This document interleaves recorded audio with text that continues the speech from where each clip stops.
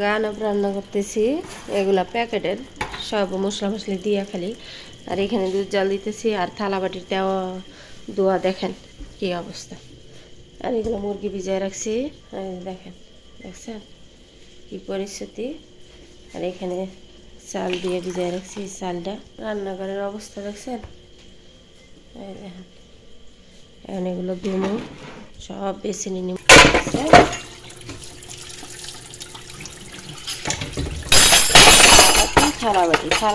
দেশের মাছের মাথা খাই না, মনে হয় যে কি গরুর মাথা খাই, বুঝছেন নি। আলহামদুলিল্লাহ, আল্লাহর দরবারে শুকরিয়া আদায় করি। দেখেন কত বড় মাছের মাথা খাইলাম, আলহামদুলিল্লাহ। ভাত আনছিলাম কতগুলা, খাইতে পারি নাই, অর্ধেকটা খাইছি, অর্ধেকটা রয়ে গেছে। এখন হচ্ছে আর আমি এগুলো খাবো না, হাত দিয়ে লাগবো। তো হচ্ছে কি মাছের মাথাটা হচ্ছে বুনা করছিলাম একটু সবজি। আসসালামু আলাইকুম ওয়া রাহমাতুল্লাহি ওয়া বারাকাতুহু। আমার প্রিয় ভাই বোনেরা সবাই কেমন আছেন? আশা করছি ভালো আছেন। আল্লাহ তাআলা আপনাদের সবাইকে ভালো রাখুক, সুস্থ রাখুক। আমি আছি আপনাদের সঙ্গে প্রবাসী রিনা। কি মনে হচ্ছে আমি বাংলাদেশে চলে যাইতেছি? আহা, এরকম কোনো দৃশ্য কারো চ্যানেলে দেখলে, কারো ভিডিও দেখলে আমি মনে করি আহারে এই প্রবাসী মনে বাংলাদেশে যাচ্ছে। না, আমি বাংলাদেশে এখনো যাচ্ছি না, তবে আশা আছে ঈদের পরে যাব ইনশাআল্লাহ। ঈদের কয়দিন পরে যাব সেটাও জানি না, তবে আশা আছে কুরবানির পরে যাব। তো পুষু গুল জুতো আশা হাতটাই তো গুলি খালাস, হাতটাই গুলি খালাস হেনে আমবে কুল বাঘি ওয়াজ। তো আমি হচ্ছে এখানে বয়স দিতেছি, আর একটু পর পর এটার জন্য আসছে, এটার জন্য আসছে, এদের সঙ্গে কথা বলতে হয়। রান্নাঘরে বৈশা বয়স দিলে এই সমস্যা। তো আমাকে আইসা জিজ্ঞাসা করতেছে ওই সাইডে পুরুষদেরকে খাবার দিছি নাকি। আমি কিন্তু দিয়ে আসছি, এরা খাইতেছে। এই আমার ম্যাডামটা অনেকেই তো যাই হোক, তো আমি বাংলাদেশে যাচ্ছি না, আশা আছে ইনশাল্লাহ কুরবানির পরে যাব। তো এখানে হচ্ছে আমি আমার নিজের জন্য একটু মাছ না, এটা মাছের মাথা আর কি, মাছের মাথাটুকু ছিল, ওরা মাছ খাইতে আনছে। সেই ওরা তো আর মাছের মাথাটা কাটা মাটা এগুলো খায় না, আমরা গরিব মানুষ খাই আর কি, বুঝছেন। তো এই তো মাছের মাথাটা এইভাবে করে একটু ভুনা করে নিচ্ছি আলু বেগুন দিয়া। তো মাছ রান্না করলে বাড়িতে গন্ধ আসে, এদের সমস্যা হয়, তো ধূপ জ্বালায় দিতে হয় আর কি, ধুমা এইরকম বাখুর, আরবি ভাষায় এগুলাকে বাখুর বলা হয়, ঠিক আছে। আমার কথায় কাজে যদি কোনো ভুলভ্রান্তি থাকে আমাকে সবাই কমেন্ট করে জানাবেন, ক্ষমা করবেন। আমি যেহেতু অন্যের বাড়িতে কাজ করি, এই জায়জামেলা নিয়ে একটা ভিডিও বানাই, দেখি আল্লাহ কি করে, ঠিক আছে। কত ভাই বোনেরা দেখি এখান থেকে সফল হচ্ছে, একটু ভালোভাবে চলছে। আর আমি আসলে আমি নিজে ভালো চলার জন্য এই ইউটিউব চ্যানেলটা খুলি নাই।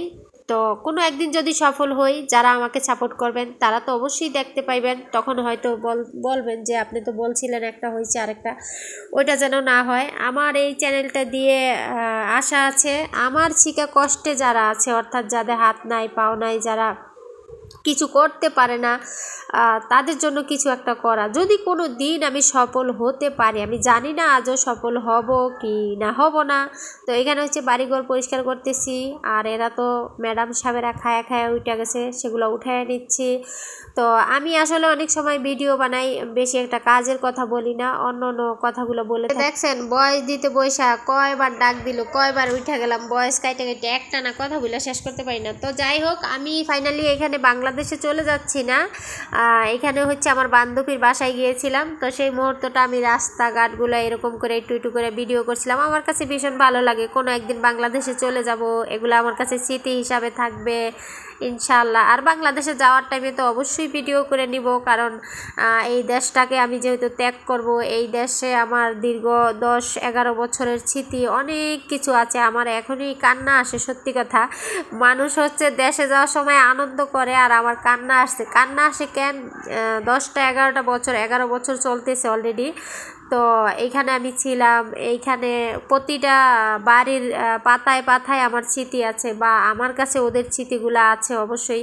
এই যে দেখেন আমি বাচ্চাদের ভিডিও করি, এগুলো করে রাখি। আমি কোনো দিন বাংলাদেশে চলে যাব, বা আর কোনো দিন এখানে আমার আসা হবে না, এই মানুষগুলোর সঙ্গে আমার কোনো দিন দেখা হবে না, তবে এগুলো আমার কাছে স্মৃতি হিসাবে থেকে যাবে। আমার কাছে স্মৃতি অনেক ভালো লাগে, মানে কোনো স্মৃতি আমার কাছে থাকুক। যেমন আমার 20 বছরের আগের একটি জামা আমার কাছে আছে, যদিও আরও আগের জিনিস থাকার কথা ছিল, সেগুলো নাই। তো 20 বছর আগের একটি জামা আমার কাছে আছে, যদিও আমি এই জামাটা এবার নিতে পারবো না, সেইবারও নেই নাই রাইখা গেছিলাম যে আমি আবার আসলে এখানেই তো থাকবো, যেহেতু আমি আসবো, কিন্তু এইবার আর নিতে পারবো না, আমার এমনি মাল জিনিস বেশি হয়ে গেছে। কথা আছে না, কার্টনে ভরতে গেলে একটা একটা ভরতে ভরতে মনে করেন কার্টন 2টা 3টা অলরেডি হয়ে যায়।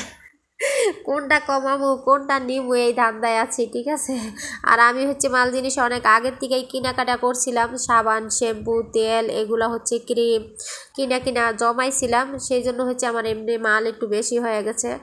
তো আমি হচ্ছে অনেকগুলো টাকার মাল হয়তো মার খেয়ে গেছি, আমি জানি না আল্লাহ আমার কপালে কি রাখছে। আমি একটা ভিডিও ছেড়েছিলাম, আপনারা দেখেছিলেন, সবাই একটু দোয়া করবেন। মালগুলো এখনও পাচ্ছি না, বিগত 9 থেকে 10 মাস চলতেছে অলরেডি, মালগুলো পাচ্ছি না। আর আমার নাকে অলরেডি এখন ইদারিং হচ্ছে সমস্যা দিচ্ছে, এই জন্য আমার কথাগুলো একটু ভাইজা ভেজে আসে। কেউ বলে আমার নাকের মাংস বাইরে গেছে, মানে নাক বন্ধ হয়ে থাকে, কিছুক্ষণ পর পর দম ছাড়তে পারি না। এই কষ্ট করে একটা ভয়েস দেই, একটা ভিডিও বানাই, আপনারা প্লিজ সবাই একটু সাপোর্ট করবেন। এরকম কিপটামি করেন কেন? হ্যাঁ, এই যে দেখেন না কত সুন্দর সুন্দর জিনিসপত্র দেখায়, তারপরে হচ্ছে বিদেশের রাস্তাঘাট দেখায়, এগুলো কি ভালো লাগে না? যাই হোক, আসলে সত্য কথা কি, গরিব মানুষে ভালো জিনিস দেখাইলো এই সমাজের মানুষের কাছে খারাপ লাগে।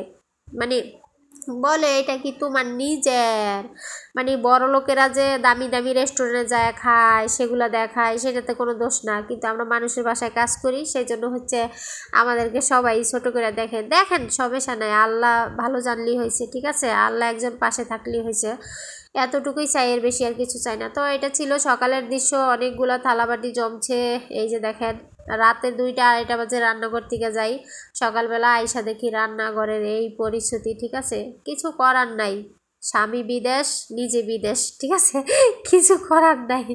তো যাই হোক, একটা ডায়লগ আছে না, কয় কিছু করার নাই স্বামী বিদেশ, তো আমার সেই দশা, স্বামীও বিদেশ আমিও বিদেশ, বুঝছেন নি, কিছু করার নাই জাগা। তো এখানে হচ্ছে অনেকগুলা থালাবাটি, এটা আসলে মস্কারা করে বললাম, দুষ্টামি করে বললাম, আসলে হচ্ছে আমরা গরিব মানুষ, তো গরিব মানুষের দুঃখ আসলে সব জায়গায়।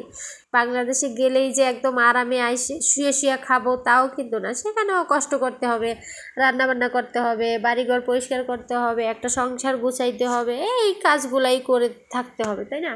কাজকে আসলে ভয় পাই না, তবে কিছু মানুষ যখন প্রবাসী মেয়েদেরকে একটু ছোট করে দেখে তখন ভীষণ কষ্ট লাগে। আমরা খুব পরিশ্রম করি, এই যে দেখেন এগুলা তো কাজ, তাই না? আমরা কাজ করে টাকা ইনকাম করি, আমাদেরকে শোয়া শোয়া এখানে টাকা দিয়ে দেয় না। তো থালবাটি সব ধুয়ে নিয়েছি, এখন হচ্ছে উঠানের পালা। তো আমি হচ্ছে এইভাবে থালাবাটি কিছুক্ষণ ধুয়ে রেখে দেই, ফ্যান ছেড়ে রাখি, শুকায় যায়। অনেক বাসায় হচ্ছে প্রত্যেকটা থালাবাটি মুইছা উঠাও, আমাকেও নতুন যখন এসেছিলাম তখন এগুলো করাইছিল, এখন আর সেগুলো পারে না, টাইম আছে নি এত থালাবাটি মুছার টাইম আছে, শুধু যেগুলো মুছি যেগুলো দাগ পড়ে যাবে দেখা যাবে সেগুলো মুছা রাখি, আর নয়তো এই যে কাছের টাছের এগুলো আমি একটু মুছি না। তো এটা ছিল দুপুরের রান্না, মুরগির মাংস এইভাবে করে রান্না করে হচ্ছে খেপসা রান্না করব। তো খেপসা রান্নাটা না দেখাইলাম, এইভাবে মুরগির মাংসটা রান্না করে নিলাম। তো আমার ম্যাডামে হচ্ছে রাত্রে কতগুলো মাংস নিয়ে আসছে, এখন মাংসগুলোকে প্যাকেটিং করে রাখবো। আজকের ভিডিওটা আর বেশি লং করব না, প্লিজ সবাই আমাকে একটু সাপোর্ট করবেন, আপনাদের একটু সাপোর্টে আমি একদিন ইনশাআল্লাহ অনেক বড় হব, বা আমার দ্বারা আরেকটা মানুষ ভালো থাকতে পারবে ইনশাআল্লাহ, সেই আশাটা আমার আছে। তো সবাই ভালো থাকেন।